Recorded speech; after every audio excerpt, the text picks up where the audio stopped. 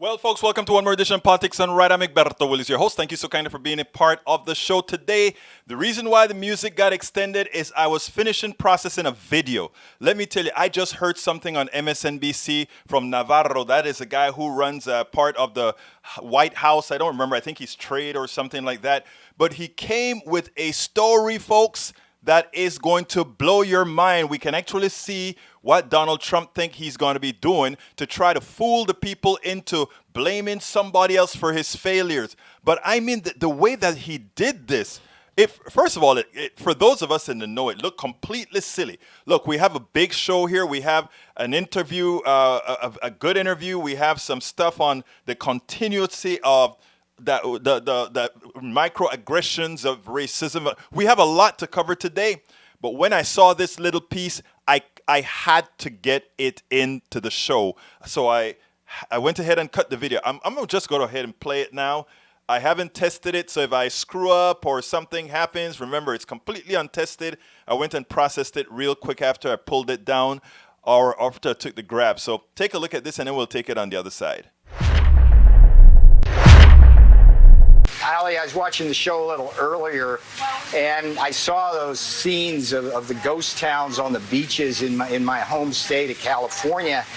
It just breaks my heart to see that. And what breaks my heart also is what you talked about, which is the partisan nature now of the debate over this whole pandemic. And what we have is Americans angry about being locked down, anxious about their economic future, and fearful of getting the virus. And we are a house divided now, with Democrats blaming Republicans, Republicans blaming Democrats. I want everybody right here today, as the day before America's Independence Day, to understand where this virus started. It was the Chinese Communist Party that is making us stay locked in our homes and lose our jobs.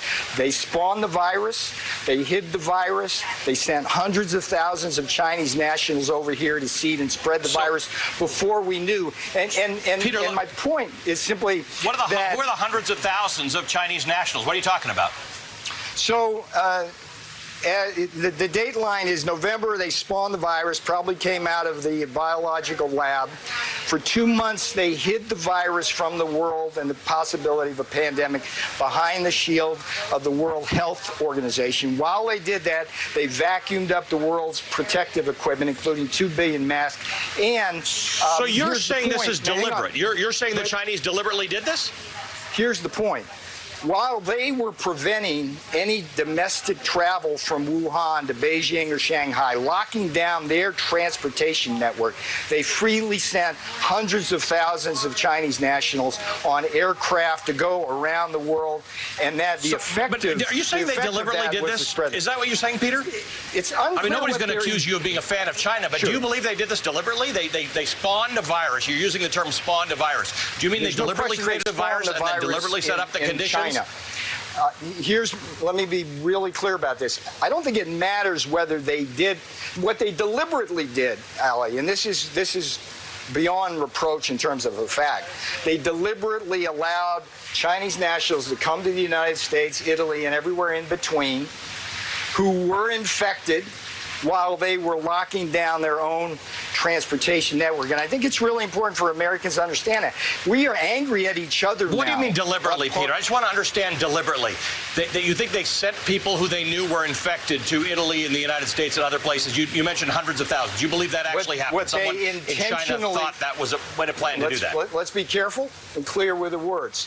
What they did during this period of time when they knew there was a pandemic, they didn't allow their people to travel inside of China, but they allowed people in China who were likely infected to go around the world, effectively seeding and spreading. So whether it was done intentionally or not, what was intentional is to protect their country, even as they send Chinese nationals out. Let me ask you this. Understand that. Let me ask you this. Do you disagree with that, Alan? Yeah, let me ask you this, though. Do you disagree with that as a fact? I'm going to put that aside for a second. I don't know what I don't know, but here's what I'm going to ask you. Let's say that's true, that those people, those hundreds of thousands that you say went out, went to Italy, they went to the United States, they went all over over the world. Why is our new our new disease count, our new infection count so much higher on a 7-day rolling basis than anywhere else in the world? At what point does that become our problem to contain this virus when every other country has been able to? That's a very interesting question, and it goes to the origins of the virus. I'm Egberto Willies, host of Politics. Let me tell you something, folks. What he just did there is dangerous. And what those of us that know the facts, we can't just assume that that sounds so stupid that nobody is going to believe it. Because this is something that nobody that's living today has ever seen. Having to be locked down, having our life disrupted like this. We want to blame somebody. And Donald Trump and those guys understand that.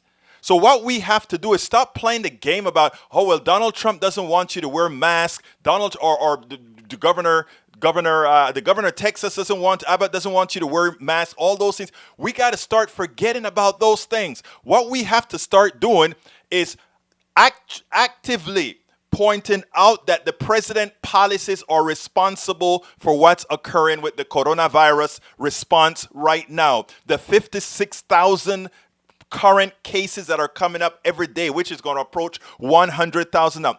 We have to be placing on our social media, on our emails, when we're talking to people, we have to not allow these types of conspiracy theories to metastasize. I want to remind you guys of something. Throwing your grandma off the bus. One of the reasons the Affordable Care Act was not a complete success is because we allowed false arguments to metastasize within the minds of people. We have to let this look as ludicrous as possible. And unlike what we did with the Affordable Care Act, we allowed them to spin Canada is not as good. We allowed them to spin that around the world these other healthcare systems weren't vastly better than ours, which they are. We allowed them to spin the issue that people were in waiting lines for healthcare. Nobody around the world who needs real healthcare has to wait. Everybody else around the world in industrialized countries have good health care. And not only that, the statistics prove it. The numbers prove it, but numbers are not enough.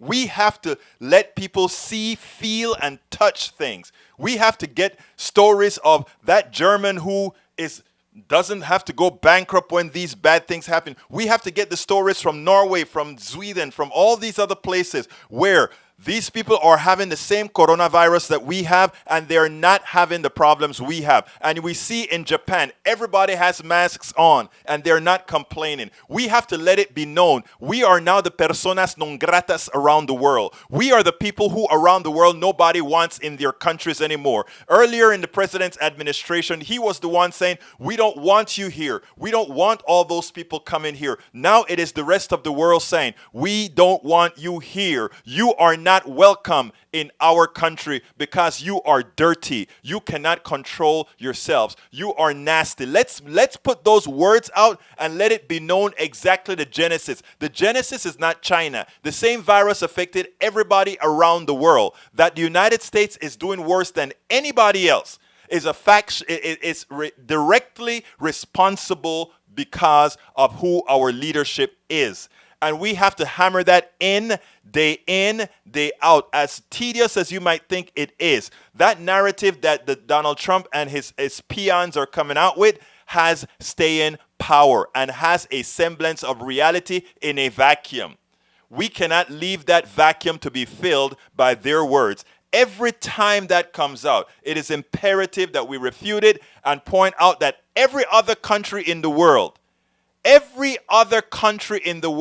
sans Brazil, which has a right-wing dummy as a president as well, and Russia, which has an autocrat who really doesn't give a damn about anything, just like Donald Trump. So it's important that we see that.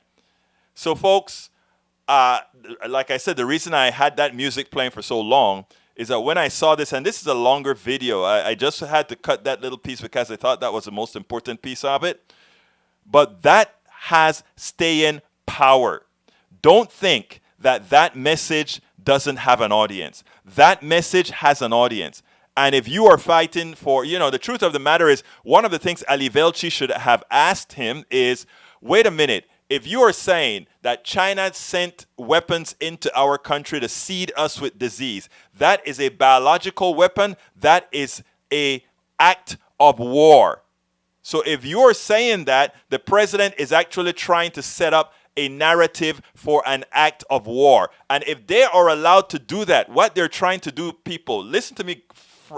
It is important that you see what they're doing. When they said seeded, when they talk about the origins in a lab, when they talk about sending people to America to seed America with the disease, they're then going to tie that to trade and say, oh, it's because they wanted to hurt our economy, hurt us. That is an act of war. And understand that Donald Trump is probably thinking, worst case situation, if we get this narrative to get traction, that is an act of war. Now, Congress is a Democratic Congress that isn't going to fall for Donald Trump's shenanigans. And of course, we know that supposedly, well, not supposedly, constitutionally, only the Congress, meaning the House of Representatives, can declare war. But Donald Trump can do what every president has been empowered to do for a very long time, and that is just to send out excursions, war excursions. And then after they get their butts in, we get an issue. So folks, I need you to go out there, and we have to be ready. We have to be ready to not allow this stuff to metastasize, because this is the genesis of what the narrative is going to be going forward. This has been a failure of Donald Trump, and this is the way he gets out of it. He's going to seed this narrative, and he's going to try to polish it in such, and he starts it on Fox News, and he polishes it at Fox News. He then brings it to MSNBC to see exactly how it is that we can masticate this problem, massage this narrative into a form that America's ears want to hear, because America is in pain right now. We hate being locked up right now. We hate that we can't do the things that we want to do right now, and we want to blame somebody. And if right now Donald Trump is fighting it off, Donald Trump is looking like a fighter saying, no, don't blame me. It's China, and I'm going to be strong with China. And everybody else just saying, he's not making any sense. That doesn't make any. No, this has to be active. We have to be actively fighting this issue. So folks, the reason I wanted this out, and I repeat myself a little bit here because we have people coming and going. If you're just tuning in, please make sure to share this on your thread, share this on your wall, share this on your page, share this everywhere. But we need this out. We need this out. Anyhow, what is the program about today? That isn't the program today. That just appeared, and I had to get that out. Anyhow, Angie's healthcare story knows no party. It's yours. A blatantly racist act in San Francisco. And, going forward, I am going to start all these little racist microaggressions.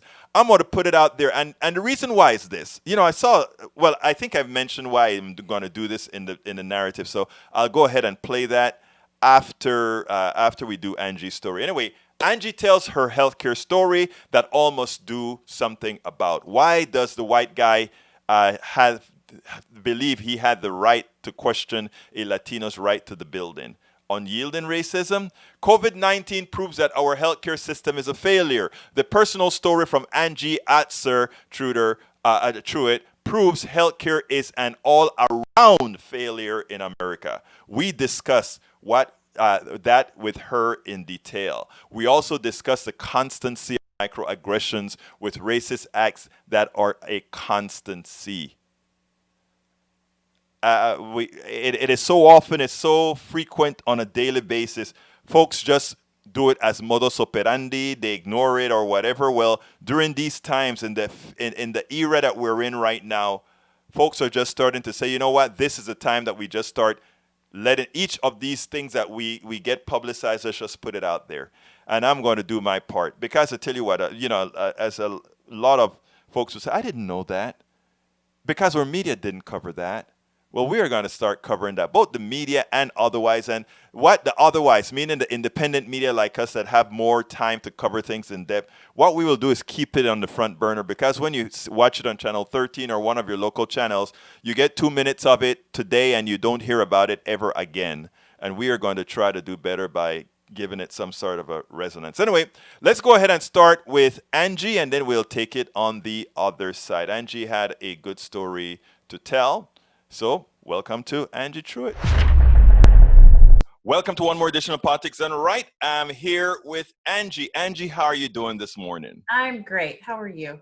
Angie, I am doing great. There's a thing that came up in my feed. You wrote a very long Facebook post that I think actually belong on a blog post or an article on the New York Times or one of those things. I think it was actually that good that it belonged there because stories is what people want to hear. And I think stories is what can convince people. So let's start a little bit by telling me a little bit about yourself. Well, I'm just an attorney turned recruiter. Gave up the attorney life about a decade ago and enjoy doing recruiting instead of lawyering. But I still feel like I'm drawn to topics like the one that I wrote about on my Facebook page. And when I want to try to impact people, I have a certain style that I take so that hopefully people read it without getting turned off by the first few sentences where people tend to point fingers or classify people in certain ways just because of who they voted for, who they plan on voting for.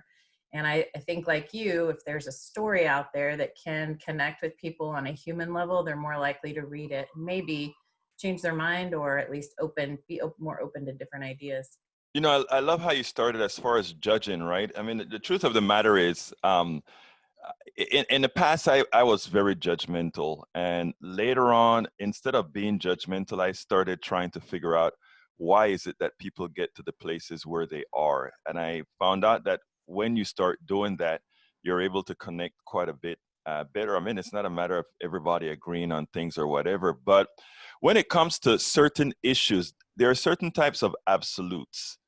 And what I loved about your story is that, to put it bluntly, your story is an absolute. Your story is life or death. Your story is sickness or health. Your story is economic well-being, all in one box, all in one thread. So why don't you tell me a little bit about the story that you wrote? Sure. So as you can see, I've got these two nice big red whatever on my face right now. I have skin cancer.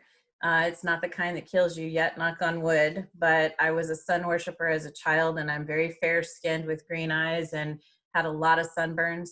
And as soon as I graduated law school and got a real job and got real insurance, I went to see a real dermatologist, and she pulled the entire practice in to stare at me because I was the youngest person at 27 that she had seen that had so many skin cancer lesions. And so since that time, I've been very careful in the sun. I stay out of it, but it doesn't take away from the fact that the damage has been done, and the spots that pop up on my face and shoulders and wherever else are going to keep popping up, and I have to have continual treatment. So I've had 3 surgeries, and the redness on my face right now is there's a result of a medicine that I have to use topically. When I see a new spot and I apply it, it actually eats the cancer.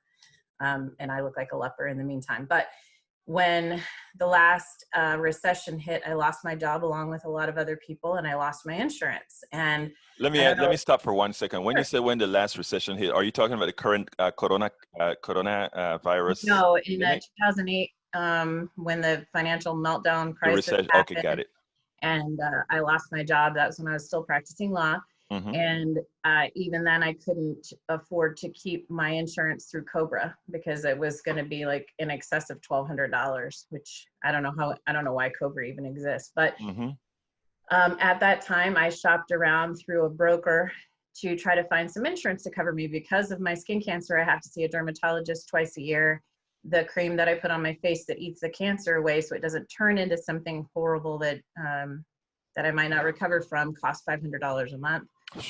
And when I worked through a broker and he tried to find insurance to cover me, it was before the Affordable Care Act, there was no insurance company that would cover me. And the only thing he was able to find was a plan through a company that accepted from coverage any type of cancer, not just skin, but any type of cancer that you could come up with, that wouldn't cover me. So what was the point? I mean, I wasn't going to spend $800 or $900 a month on a plan that didn't even didn't Right. even cover what I needed. So during that 18 months of being unemployed and uninsured, I went to my dermatologist, paid out of pocket for that.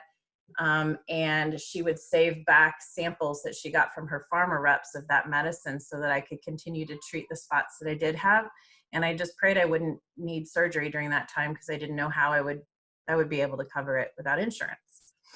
That is a shame. The richest country in the world, best, when they talk about, oh yeah, we have the best healthcare in the world, it's true. It's just that the best healthcare for whoever can afford it, right? Mm-hmm. And the problem is that we have an issue with that. So um, I think then it is safe to assume that you were before Medicare for All, you were a supporter of the Affordable Care Act.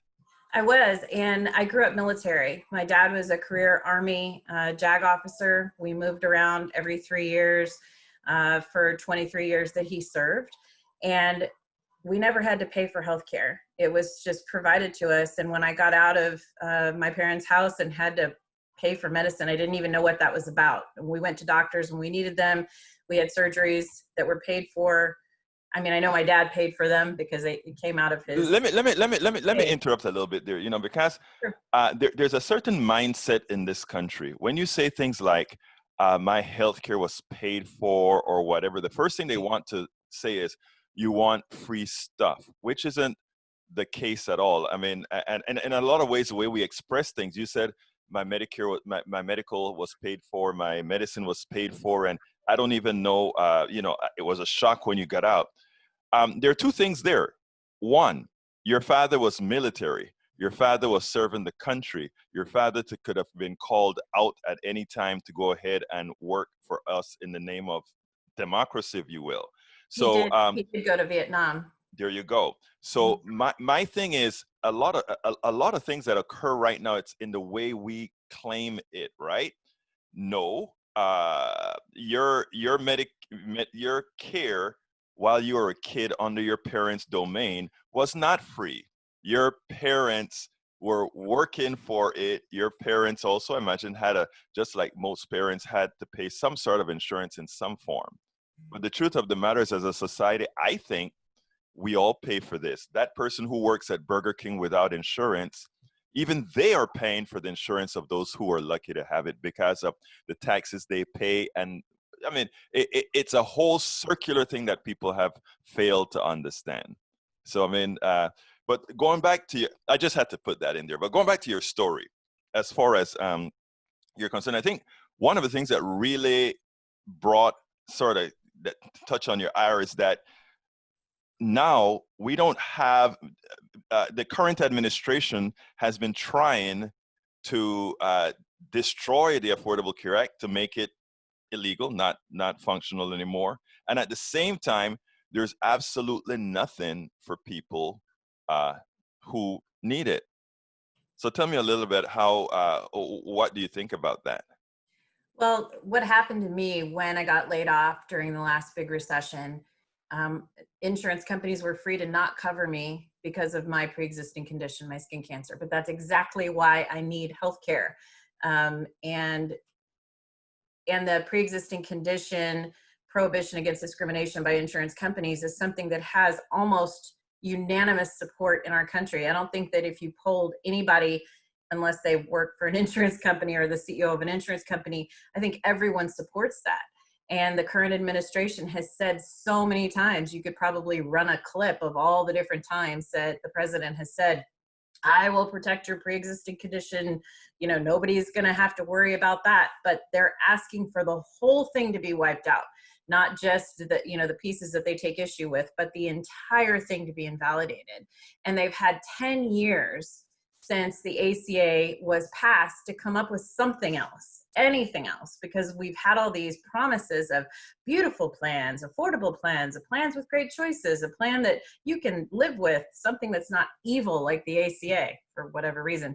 And there's nothing, not one plan has been advanced. There's nothing waiting in the wings. So if they succeed with their argument to the Supreme Court that the whole entire act is unconstitutional and we have nothing, then insurers can continue their previous practice of discriminating against people with pre-existing conditions, which is literally everybody who needs insurance, including children, and the people who need insurance the most.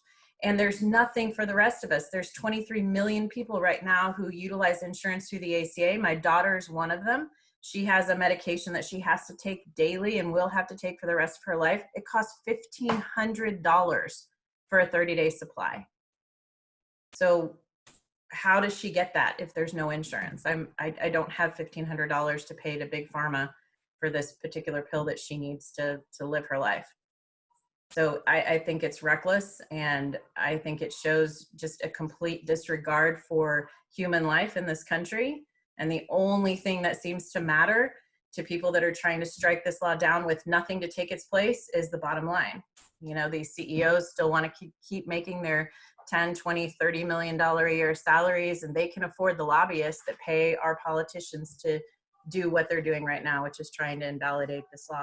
And Texas leads the way. I mean, Texas is the one that brought this case in the lower courts, that got it all the way up to the Supreme Court. And that's where you and I both live. So what has Texas offered us as an alternative? I haven't heard anything. Angie, one of the reasons I do this, one of the reasons I started doing this in the first place, I mean, completely, is because I think there is misinformation, not only from the politicians, but I think there is misinformation and disinformation by omission by our media. I don't think I mean, even the support that the most ardent supporters of the administration, I don't believe if they understood the consequences of what they're doing. And, you know, I am actually a Medicare for all person, but I mean, the ACA is at best a stopgap measure. But I don't think if they understood what they're doing to their own families, don't forget about yourself, what you're doing to those kids that are coming up right now, I don't think they understand that what they're doing is transferring everything that they own to these corporations. You mentioned Big Pharma earlier. $1,500, God forbid, for the medicine for your daughter per month. There's no way that medicine costs that, but we pass so many laws that allow medicines developed by us, the taxpayer, to then be transferred to these organizations, who then charges us again at exorbitant fees. I mean, people just don't know that. And when you make your testimonies, and when you put your testimonies on Facebook, when you put your testimonies everywhere, and it gets traction, that is why in the country right now, you're starting to see a lot of shift in the way people are thinking. It is slow, but we are up against quite a bit. And that's why I think your testimony and talking about this is so important, and being able to put a face to it. Because when people see these things in the abstract, in a newspaper article or whatever, they don't actually see that what's happening. I mean, I am so happy that you came on with your face that shows a couple of legions, you know, that this is real stuff. Well, it's interesting. This particular issue, I've gotten into discussion with people. My daughter used to play competitive volleyball, and people were from all walks of life and all sides of the aisle. And we got to talking about insurance and the insurance industry and the big pharmaceutical companies and their control over our politicians. And everyone agreed. We all didn't agree with everything politically, but everybody agreed that needed to stop.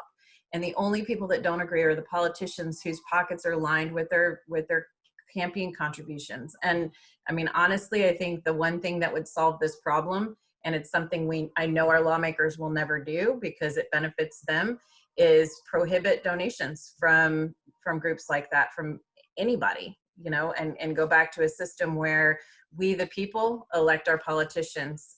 Citizens United was one of the worst decisions I think that the Supreme Court has ever put down, and it allows corporations to have power. They already had a lot, and now they have unfettered power. And for you or I to have the same oomph with our opinions, it's just not even possible anymore. because all they care about for the most part is how am I going to keep this job for another 2 years or 4 years or 6 years. And they don't want to anger big pharma and big insurance because they're getting so many political donations from them.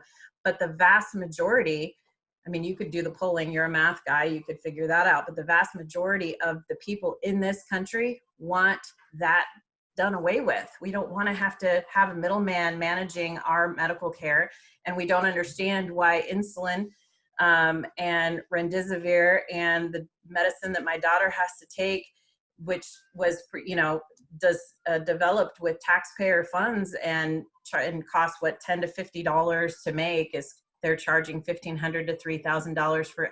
I mean, it's criminal in my mind. It is criminal. Actually, it is. Look, if people don't get these drugs, or people are unable to afford these drugs, they die. And therefore, if that is known, those effecting that type of policies must also be considered people inflicting voluntary manslaughter. I think one of the things that we don't do, right, is we don't put into context the evil within. I mean, when the governor of Texas decides that because of ideological reasons or political reasons, they won't allow masks, it's telling you, and we know that a lot more people are going to die because they're not wearing masks. How is that not involuntary manslaughter? But I want to go back to something that you said, because I think it is so important. You said that with your daughter's teammates, you were able to sit back and talk to people, and you know their ideologies. Many were different than yours, whatever that is. And they still agreed with you with all these particular bullet points that you come out with. They agreed. I'll tell you a quick little story. I was sitting down in Starbucks, and there's this woman that came over, Daughters of the Revolution, white lady. She sits down next to me, and we're talking, and I kind of she figured, well, maybe if I'm there and he's talking to me, he must be one of them black Republicans. And I said to her, we started talking about healthcare, and I went enumerating almost word for word the tenets of Medicare for all. And this woman is saying, yes, that is what we need to do. And she's telling me and I started to feel guilty, because I wanted, in as much as we are agreeing completely on policies, I wanted her to know, hey, you're kind of talking to one of those folks I think you guys refer to as a pinko liberal or one of those things. So I went ahead and told her, that's who I am. And she got bright-eyed. She turned red, and she said, but you're so nice.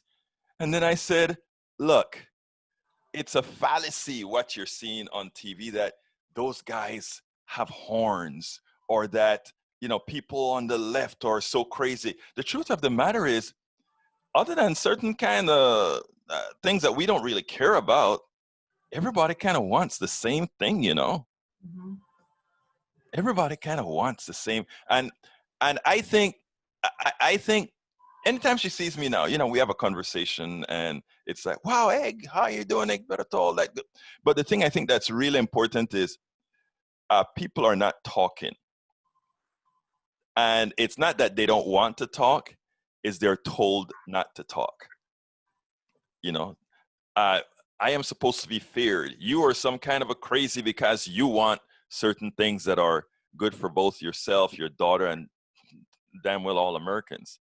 But look, your story, I think, is going. I'm going to, with your permission, I'm going to cut out pieces of it and paste it along with this note here.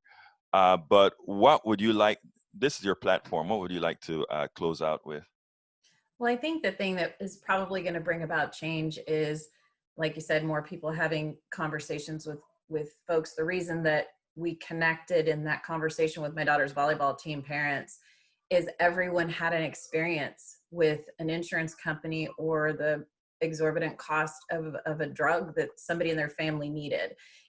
They got a huge hospital bill, even though they had insurance, and double mortgages or additional mortgages taken out on their home just to pay their medical expenses. And I think that it's very real for everyone.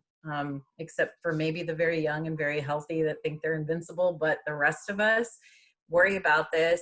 I mean, this is a huge issue for me. And this is why, I definitely, that I obviously lean far to the left, but even without that, I grew up in a family where insurance and medical care was provided to us. We didn't have to think about it because of my dad's service to the country. And as I understand it, Congress has a similar plan that's paid for by our tax dollars. Just like, my dad in his service to the country, he gave up the opportunity to work in private practice and make a significantly higher salary than he did while working he retired as lieutenant colonel. And I think his ending salary in the military was probably about what I got starting out, coming out of law school. So, we did well, we did fine. We didn't have a lot of extra money, but we had what we needed, and we didn't have to worry about things like how much a hospitalization was going to cost. And is it going to break the bank? Am I going to end up in the poorhouse because I want to take care of my family medically?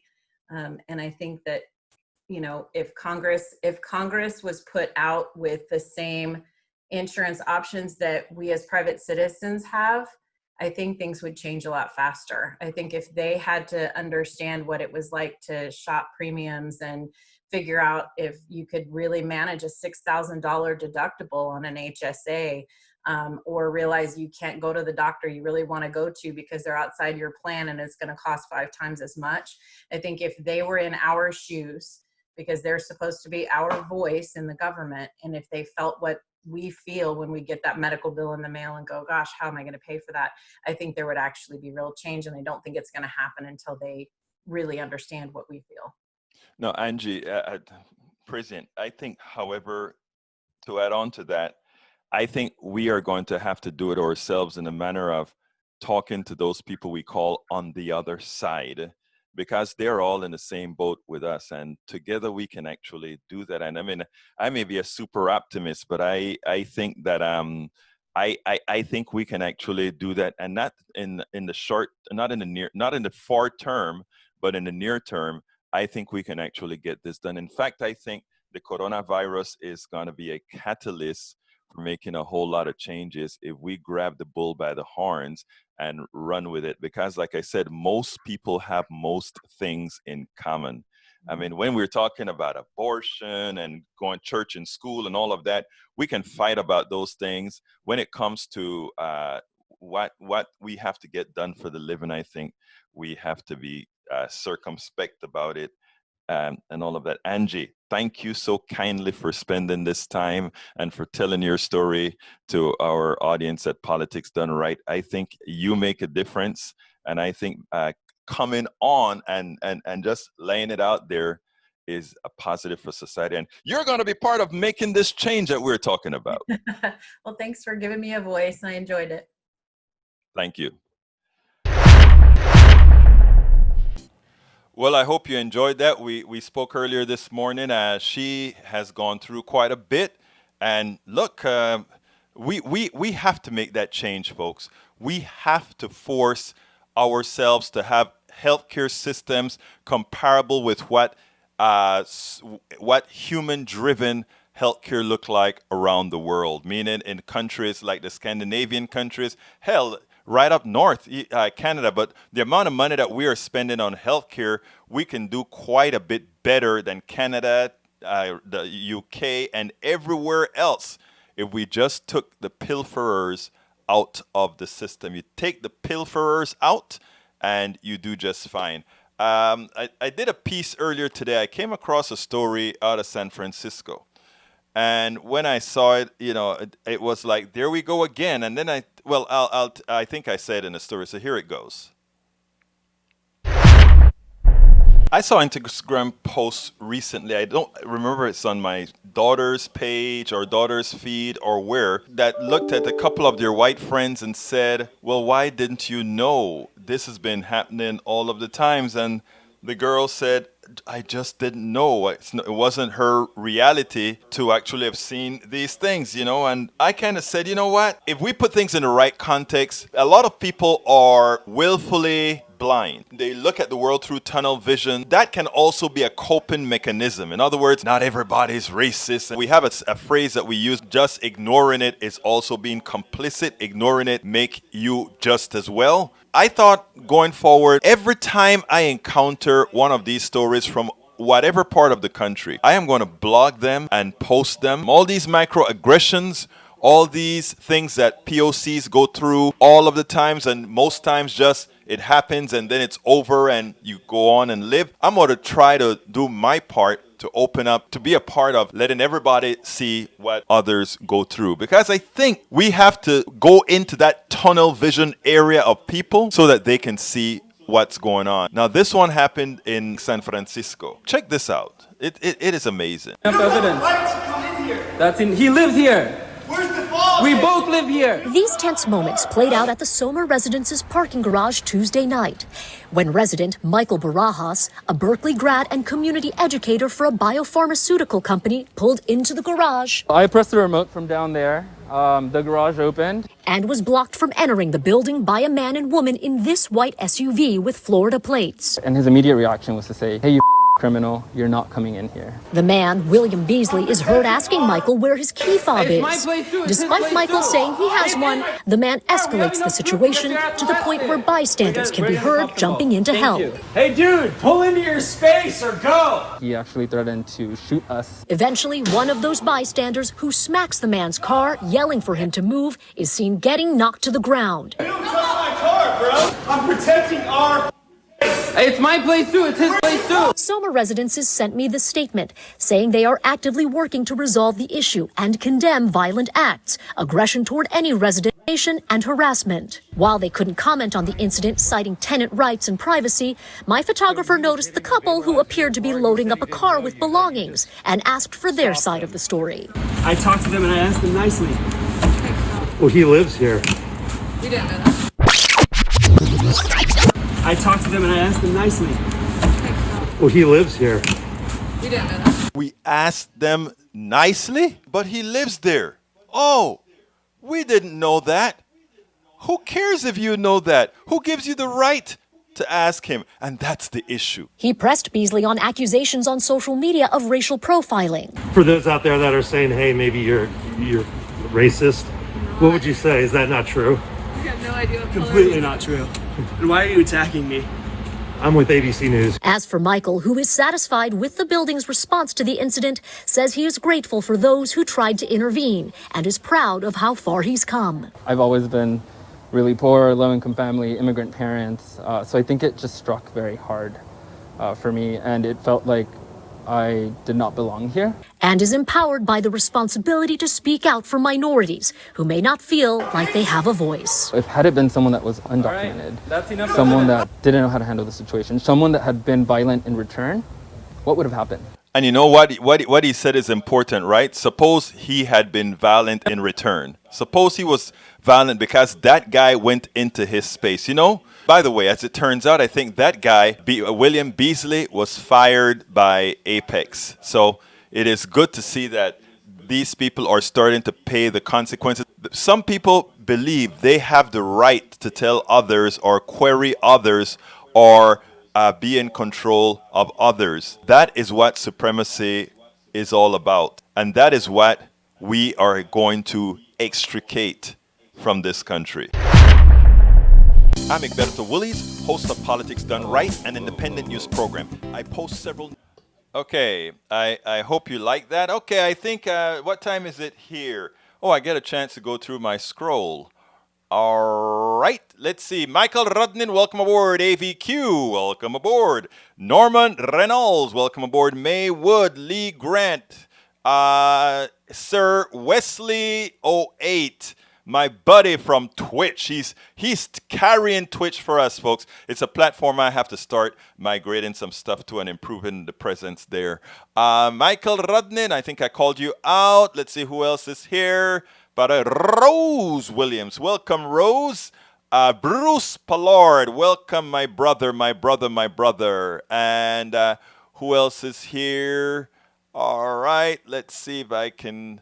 If I miss you, just go ahead and drop me another line at the end. Okay, let's see what I need to talk about. Michael Rudden says, I'll blame super spreaders who don't wear masks and don't social distance. As little as 10% of people infected with SARS may be responsible for 80% of transmission. Yeah, that's what I read.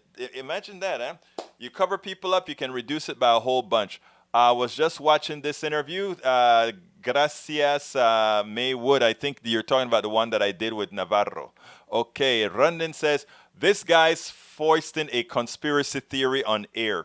Yes, he is. And what he's doing, however, is rather dangerous because there's nothing true about what he is doing. But what he's trying to do is deflect. But that can actually work if we allow it to work. Rose, welcome aboard, my dear friend. Wesley says, and on top of not wearing masks, we have to go into debt when we get sick. We look extremely barbaric to other countries. And that's the thing. Look, I wish everybody could get on the same page, everybody in the country, and say, other than what the insurance wants to, or make a deal to pay with to the healthcare system, nobody, not one person, pay the bill. But it has to be everybody. Not one person pay the bill until we get a real healthcare system that pays all healthcare bills out of general fund. And of course, we all pay our taxes. And if we all pay taxes, it also means that everybody has a stake. From that burger flipper, and when I did a wrong thing there. We need that burger flipper like anybody else. I'm the one that preaches that my garbage man, is just as important to me than everybody else because we are called what? A society. Anyhow, but everybody. However, I should talk about how much they make. However much you make, because you pay some semblance of taxes, you have skin in the game. And if you make too little where you work, that you have to get money back, meaning I think they call those grants or something, credits. You have to get a credit back. So what? The reality is that means society is not paying you for your worth, right? Because you're working. If you're working and still need assistance on the basic, then there's not a living wage. So that is one other issue. Okay, let's come back down. It's called COVID-19 because it was first made in 20. Yeah, exactly. I think Egberto is doing a great job putting the truth in front of us and letting us know the draw. Thank you, sir. I appreciate that, my brother. I appreciate that, and that's all we want. It's not one person's conclusion. It's a coalition of conclusions that form what it is that we're looking for. Egberto, Congress ceded power, the Patriot Act. Rudnin, you're exactly right, and they're trying to reauthorize that again. Okay, Bruce says, well, I was thinking in his only excuse, the Chinese are not the ones to put up with what the Middle East accepts for money. True. Actually, Egberto, my brother Lee Grant, Egberto puts out spin, and it's up to us to figure out if he is correct or full of it. Hey, granted, I agree with you, Lee. I agree with you 100%. So, folks, listen to what Lee just said, because Lee just helped me. Because I know one thing, brother Lee. Everything that I talk here, I research, brother. Everything that I talk, I research. And I welcome others to go ahead and research right behind me. And if something I get wrong, I will come right here and say, I got it wrong. Because my goal is not to save face for anything. My goal is for us to make a better system, a better country, do it all right. That's what it's all about. You know, for too many people, it's about them. For me, I promise you, it is about how can we move forward. I have a daughter in med school right now. Hopefully, she'll be out next year and be in residency next year. I have a wife with lupus. I have friends with various forms of chronic diseases. There's a potential for each one of them to have issues. My daughter just got a stroke. The collection agencies are going to start giving her hell in the near term, for which I told her, pay absolutely nothing to this criminal institution, and we will take care of it through different avenues. Because that is what our healthcare system is, a criminal institution. It is worse than organized crime because it kills a much more massive amount of people. And once we accept that our healthcare system is a criminal enterprise, then we can move forward and change it to one that is a social enterprise. All right. Rudnan says, our people who have got experienced medicines often resort to medical tourism. Yeah, it's a shame, right? That you can go to Mexico or India and get the same kind of care for a fraction of the cost. A fraction of the cost. Problem is distance. That's why Mexico actually is pretty good. Now, Canada, I don't know how it works, how long you have to, I don't exactly know. Okay, let's see. Egberto, spreading democracy through military might invariably leads to large number of dead. Tell the Panamanians in Panama City who, under pretext of that sort, different things including drugs, they bombed the holy hell out of Panama City, Colon, and David, the three major cities in the country of Panama, to pick up one person, Manuel Antonio Noriega. All those people had to die.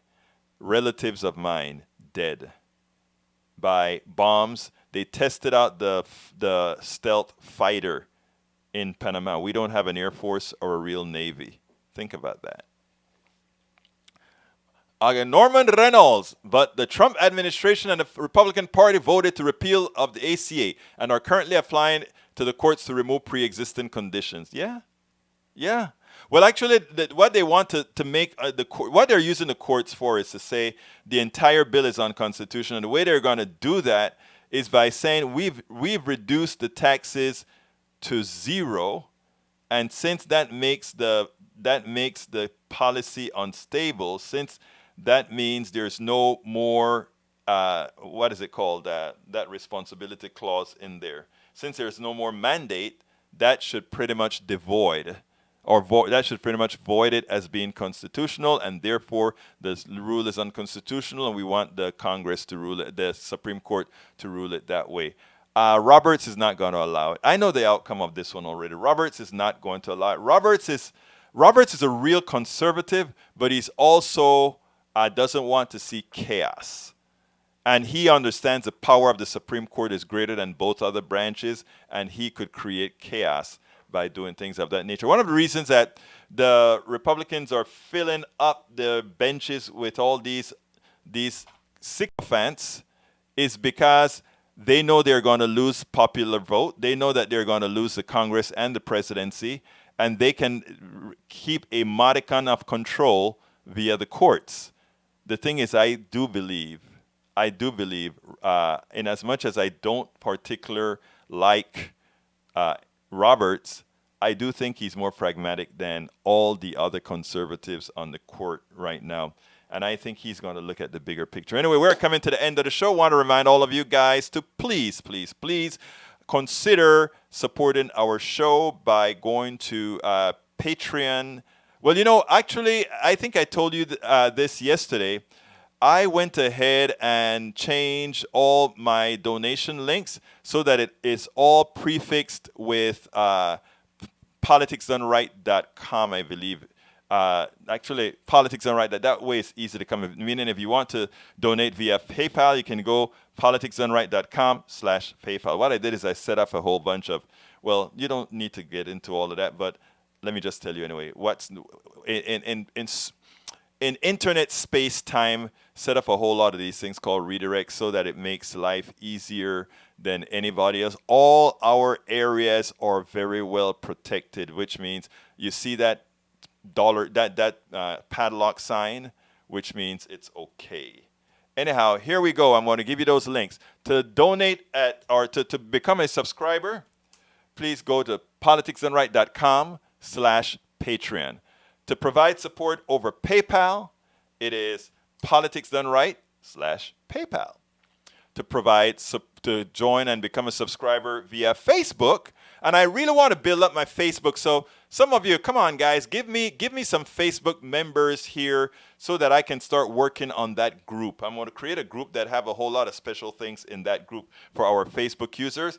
That is the link that I just put out there for to join our Facebook group. It's a minimal charge for becoming a Facebook subscriber. Of course, you can cancel anytime, but I'd like you to stay as long as the show is on. But That way we can actually do things the right way. We bring you good value.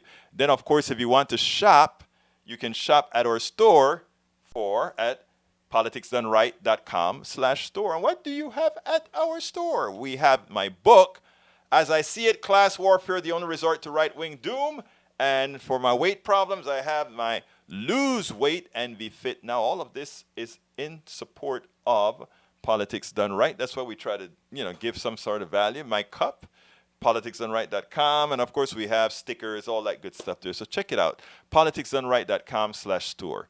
So 4 places to go, politicsdoneright.com/Patreon, politicsdoneright.com/PayPal, politicsdoneright.com/Facebook, politicsdoneright.com/store, and there's also a politicsdoneright.com/GoFundMe, and that is the GoFundMe is actually for our equipment fund.